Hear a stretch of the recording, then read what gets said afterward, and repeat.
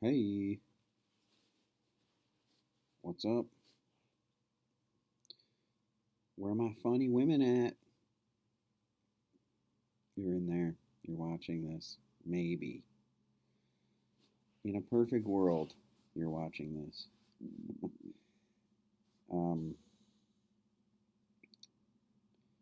so, moving back to stand up, um, really can't do this thing without talking about Ellen. Can't talk about women in stand up without talking about Ellen. And I was surprised to see how many of you didn't realize that Ellen did stand up. Like, she did for a long time before getting becoming the Ellen that you know, which is basically Dory and her talk show. So I just want to talk a little bit about the significance of Ellen. I know I mentioned it in the description a little, but she was this sort of transcendent figure in the 90s in that her coming out of the closet was, you know, a major cultural event. And she came out of the closet on Oprah, to Oprah, and the billions of people that watch Oprah. So she came out to Oprah on her talk show, while at the same time coming out, her character on her sitcom, Ellen, came out of the closet to Oprah playing her therapist on the show, if that makes any sense. It was this sort of crossover thing, and it was a pretty huge deal in the culture. And um, typical of America, everybody fucking freaked out, basically.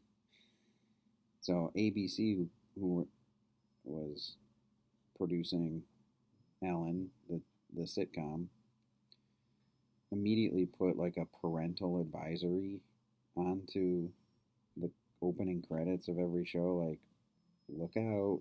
There's a gay person on TV. Um, just how ridiculous that is. The show was eventually canceled. Um, not long after the coming out. And just to give you a little timeline, like that devastated Ellen. She talks about depression and stuff in this special that you guys watched.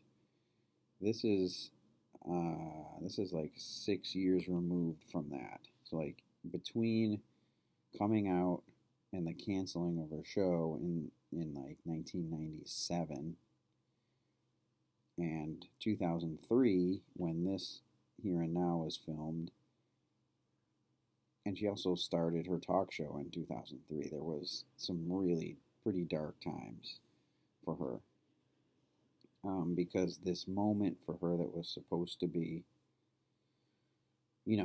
so huge and uplifting and liberating became, this albatross that she was carrying around. And she went into a depression. But anyway, between those two events, there's a stand up special. Um, between Here and Now, the one you watched, and her coming out of the closet, there's a stand up special from 2000 called In the Beginning.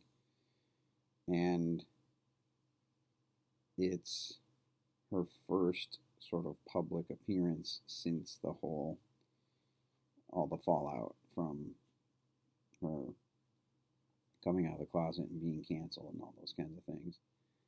And it's really interesting to see a lot of the stuff that you guys mentioned in your comments was born in this 2000 performance In the Beginning. She comes out,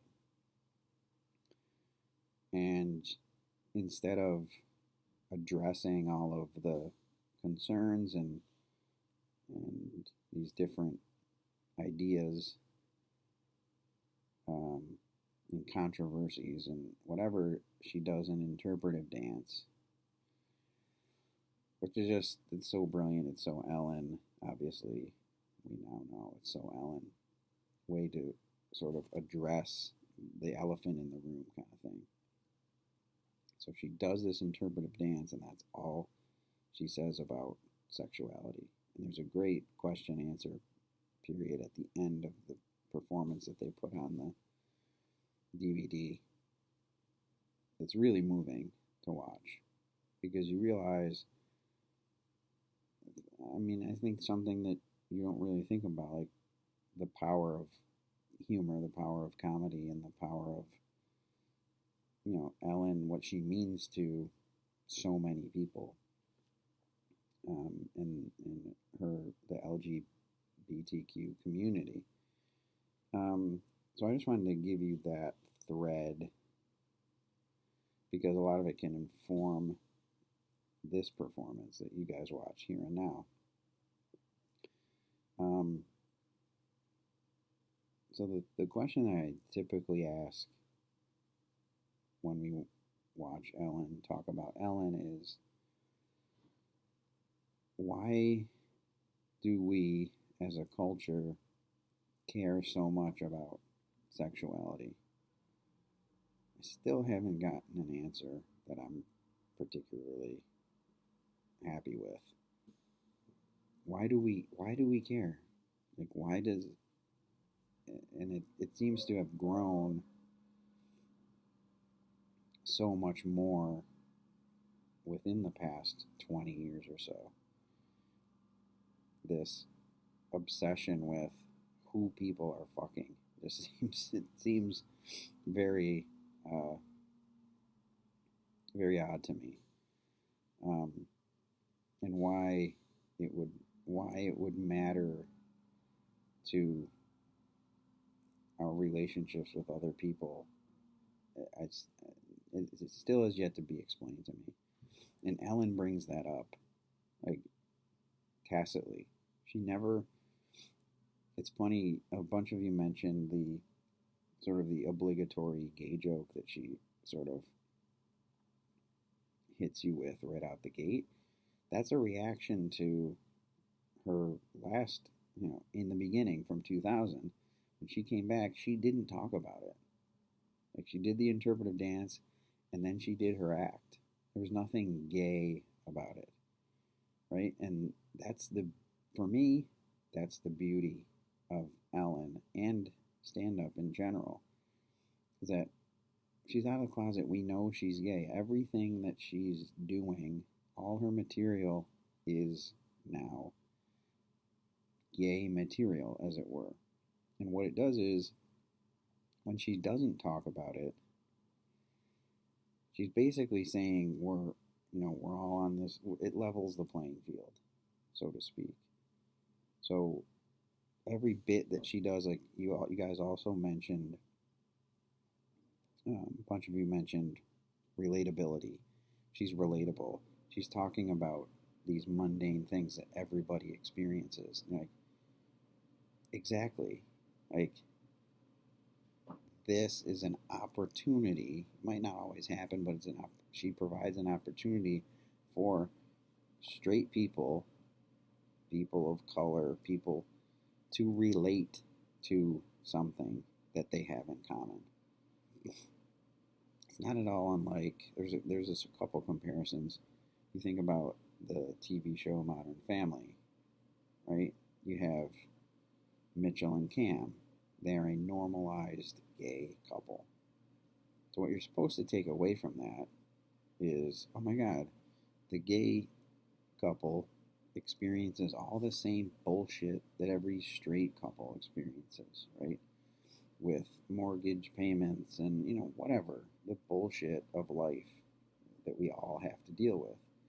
It normalizes it. In the same way that Bill Cosby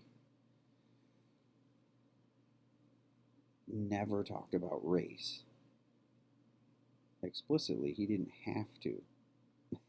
He's black. So what he was trying to do was make connect in some way to more than just his community, to everybody. Like, and for him at the time, it was like, listen, black people can be educated. They can, you know, they can have intact and loyal, loving families. They can, do all of these things that the culture typically didn't allow them to, right? He gave people a different idea of what it means to be black. And I think Ellen does the same thing, right? She's sort of trying to show, like, I imagine somewhere there's some redneck watching Ellen and catches a glimpse of Ellen and hears a joke about, whatever, shampoo or whatever it is, and goes, oh, wow, I think the same thing. Huh. Me and that gay lady from the TV think the same thing. Maybe I've been wrong about people. Like, maybe that's a fantasy, but that's what I think a lot of her comedy is about. It's basically saying we, the the sexually discriminated against, the sexually marginalized groups in this country, we deal with the same shit as you, and we think we think the same things are funny. Like, it's supposed to sort of level the playing field. And it never gets preachy as a result. You never feel like she's on a soapbox, and I think that makes her message that much more effective too. And it's funny, like, Caitlin mentioned, her content isn't gendered. That's a great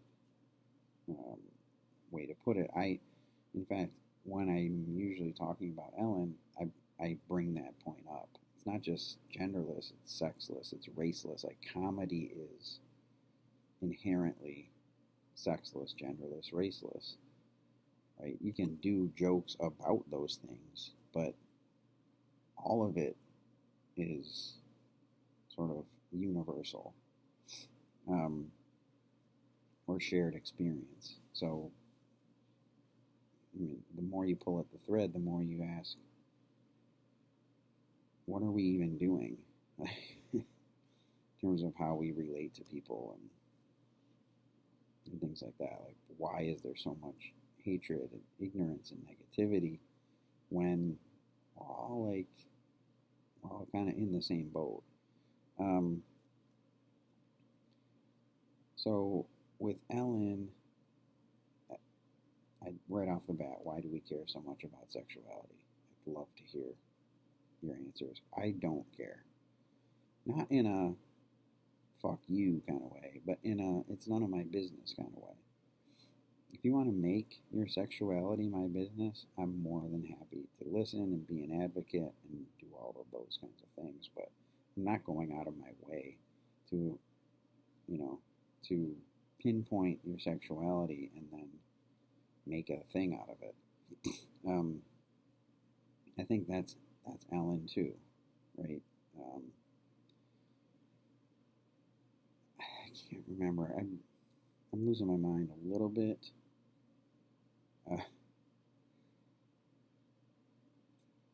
In my stand-up class, we talk about this a lot. Most stand-up comedians get to a fuck it moment. I must have talked about it with you guys, but forgive me if I have. Ellen was another fuck it moment. I usually say nothing great happens without a fuck it moment. And here's Ellen's. Ellen comes out of the closet and gets just stomped, like, is crushed by the media and people protesting and judging her, and the media's sort of coverage of it.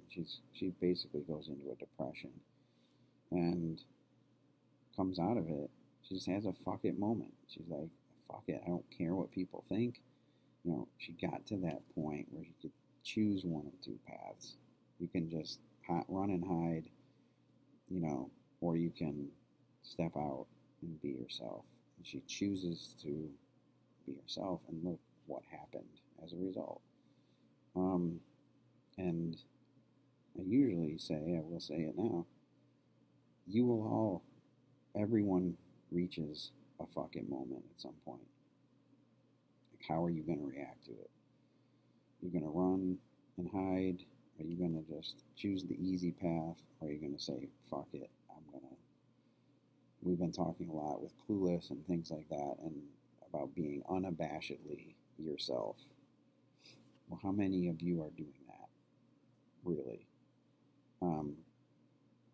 That's the kind of stuff that Ellen conjures in me, because I know she had that fuck it moment, and I think she chose well, right? Um, I often call her the gay Cosby, as I mentioned before, that connection, or the female Seinfeld, and that's not to quantify her by male standard, but she does that observational stuff that was huge in the 80s, but it carries with it way more significance than anything Jerry Seinfeld ever did, because of her sexuality and coming out of the closet and being an icon, basically, and the whole Cosby thing that I mentioned to you before. Yeah, I mentioned this earlier too. I think this is her attempt to normalize her sexuality, or sexuality in general, right? By connecting to humanity, basically. Like, appealing to our human side, not our gay side, or our straight side, or our male side, or our female side, or whatever, our human side.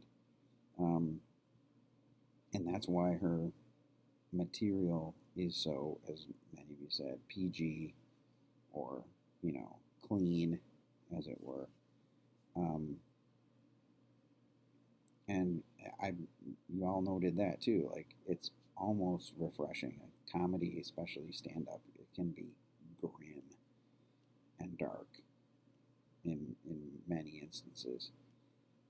And Ellen kind of refuses to lean into that, right? She'd rather be a light instead of a darkness, I guess. I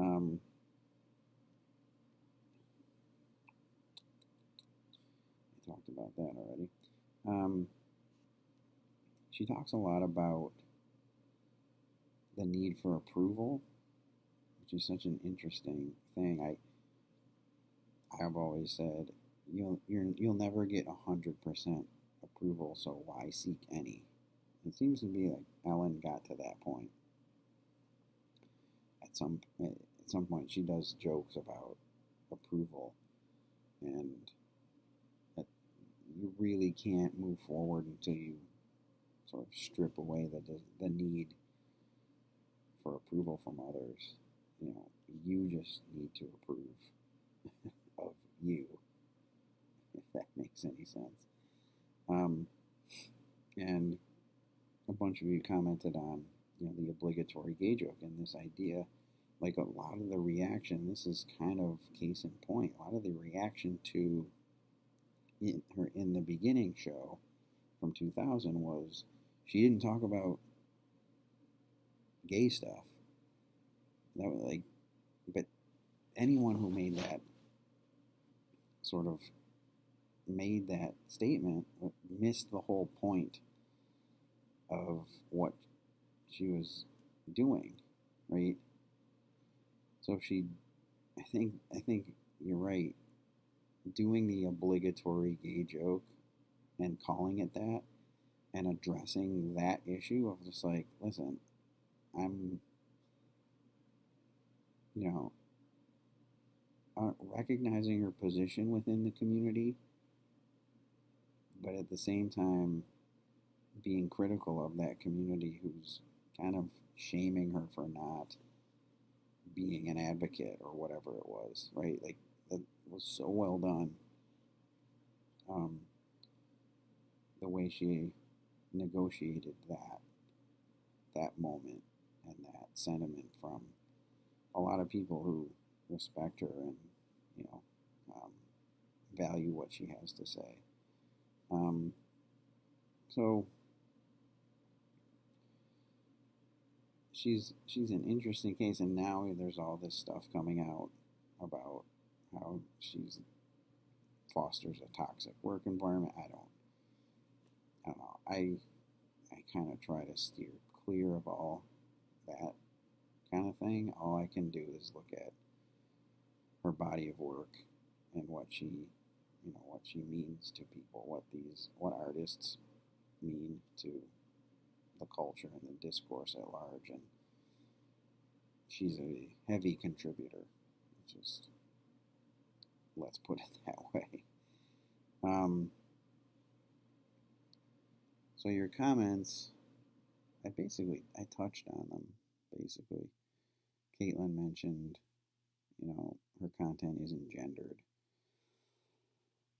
Yeah, I think that's important, right? You never feel like, oh, I'm going to see. It's about stripping away labels, right? No one would ever say, I'm going to see this gay comedian, Ellen DeGeneres. You wouldn't say that, and that's a good thing, um, because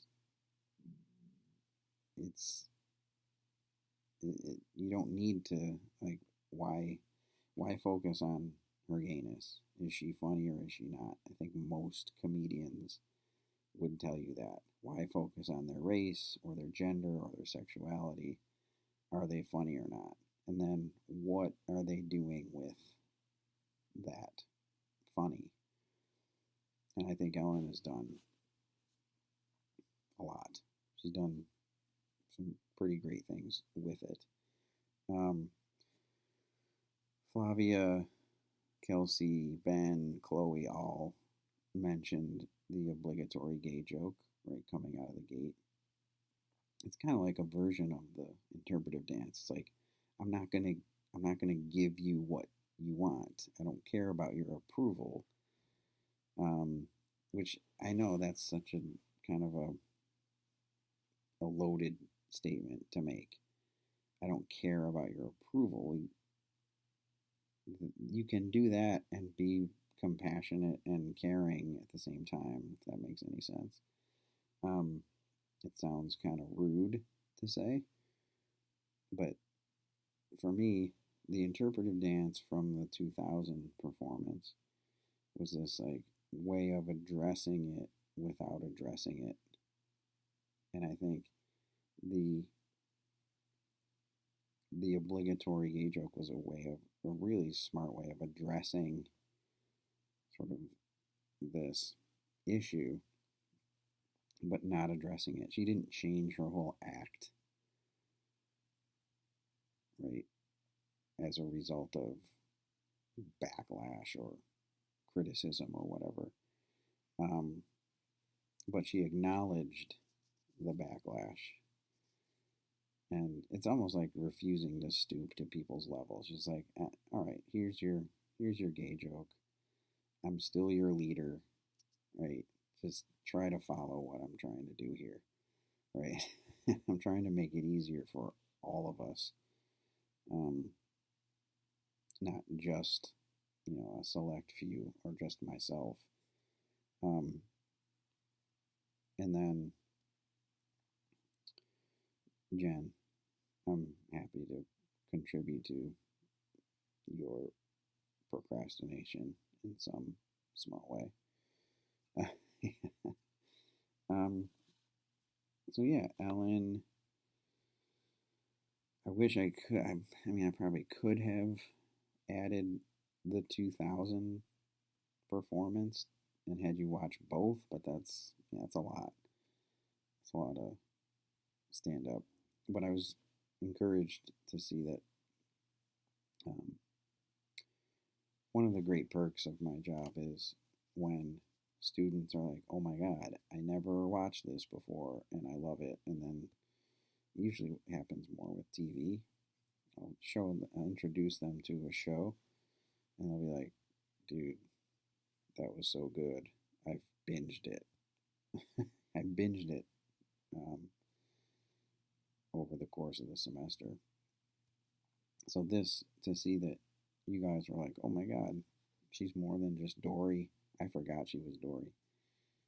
And to say that, and I haven't seen what's her new one, her latest one that came out not long ago on Netflix. Um, Reflective. I don't remember what the name of it starts with an R, I think. Um, yeah, and you're gonna check that out. See, I should watch that. I feel like it's irresponsible of me not to. Um, so I'll give you guys a bonus word to wrap this up. Uh, use the word. Uh, use the word frequent. Use the word frequent in your response to this post, your comment on this post, and you'll be rewarded handsomely at the end of the semester. Frequent, as in a lot of the time. Peace.